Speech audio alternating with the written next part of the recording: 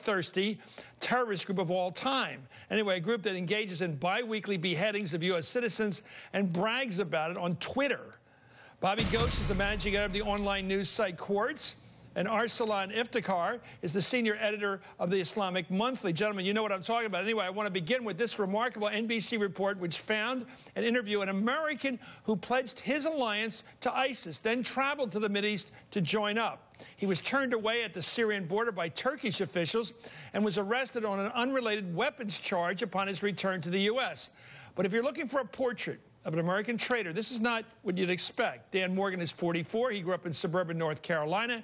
He was educated at a military academy. He served as a deputy sheriff locally. He wanted to be part of the United States Special Forces.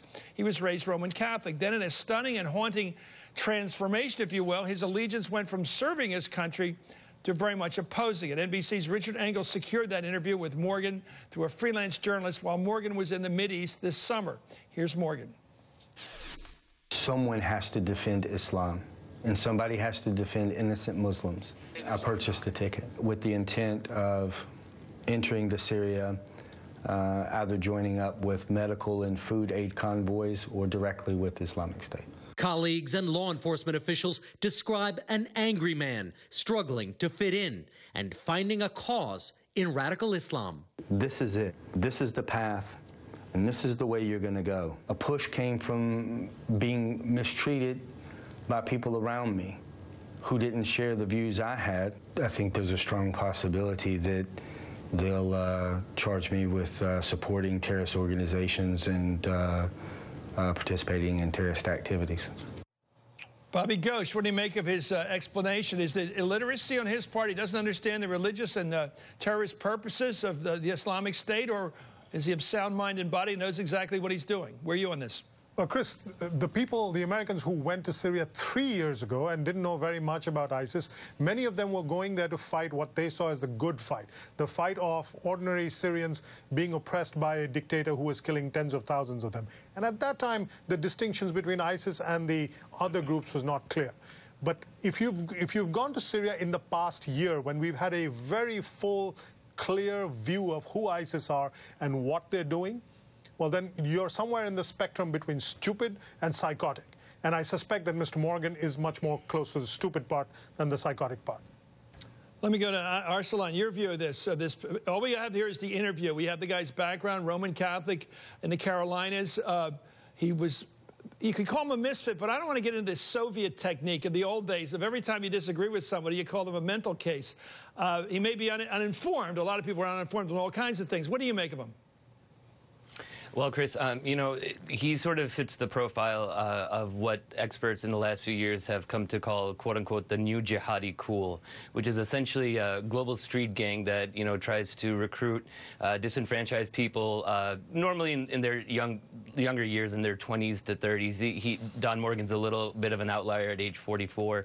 But people who tend to self-radicalize themselves, lone wolves on the internet via social media, and then essentially on their own without any sort of connection to a central terrorist organization, go abroad and try to fight, as Bobby said, what they feel to be the good fight. Now we obviously know in the last few weeks that ISIS is a lot more global in its reach with the execution of American journalists James Foley and Steven Sotloff. I actually knew Steven Sotloff. We've been Facebook friends for a few years since he was in Libya. So his death really sort of hit home. But it's part of this trend of the jihadi cool, which a lot of disenfranchised young men tend to associate with. I have to tell you that his behavior when he was being executed and that of Mr. Foley, James Foley, was the strongest character I've ever seen. The ability to just sit there in the desert, knowing what's coming and facing it with amazing ability. Anyway, NBC's Robert Windrum reports today that at least 7 Americans, now 8 including Morgan, have been arrested in the last 15 months as they sought to travel to the region to join ISIS or other Islamist groups fighting the Syrian government. Many were aimless, quote, young men without hope before being radicalized. Actually, 6 were grabbed at airports, 1 at a bus station, another at the Canadian border crossing. Anyway, let me get back to Bobby. It seems to me when you heard Arsalan talking there, I want Arsalan in on this again, they sound like the profile, without deciding on the legal guilt or not, of the people in the Boston bombing, the marathon bombing. That sort of sense of everybody's traced Well, everybody's experienced some loneliness in our society. Everybody has at different times. And a sense you don't really fit in at various degrees. Some of it's ethnic, some of it's just personality, some of it's bad experiences. Is that what this is about when you join the other side? With some people, I'm sure that's what it is about, Chris. But look at Mr. Morgan. He's not some angry young man. He's a middle-aged man who's had quite a lot of life experience. He's been in law enforcement. He was a deputy sheriff. He's not some hothead who just got on a plane to go somewhere. He had plenty of opportunity. If you're going to sign up for a group and give your life to a cause, then surely you'll have done some research. And if he did any research at all, there's abundance of material available there that tells you exactly what ISIS is all about. And if you've gone there to join up despite that knowledge, then as I said, you're either dumb or deadly. And this poor man, I use that expression sort of carefully, but this guy sounds like he's not sort of fully there to me. Yeah, maybe the only college that would accept him. What do you think, Arsalan?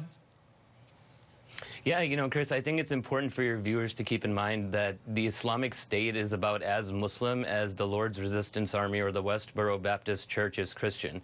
You know, it's important to keep in mind that just because you slap a religious moniker on something, that doesn't necessarily mean that it's in line with the teachings. And, you know, like Bobby said, you know, keep in mind Don Morgan was in jail. He was going through a divorce. You know, when we talk about disenfranchised people with no sense of self, you know, Don Morgan sort of fits that profile. He just happens to be on the higher end of the age spectrum. But again, it's people who have quote-unquote broken lives. These are not religious experts or vanguards of the faith by any stretch of the imagination. The vast majority of Muslims worldwide, including the Grand Mufti of Saudi Arabia, the Organization of the Islamic Conference, the Grand Mufti of Turkey, Muslim public intellectuals like myself, and Muslim organizations here in the United States have all categorically condemned ISIS as being public enemy #1 for Muslims. I mean, the most people that they've killed are fellow Muslims. And so it's important for us to sort of push back on this narrative that it's not cool to, you know, join these jihadi groups, that it's actually not only criminal, but it's against all civilized religious teachings anywhere in the world. Thank you so much, and I say amen to that. Bobby Ghosh and Arsalan Iftikhar, thank you, gentlemen, for joining us. I couldn't be prouder to be sitting here listening to your explanations. Up next, we're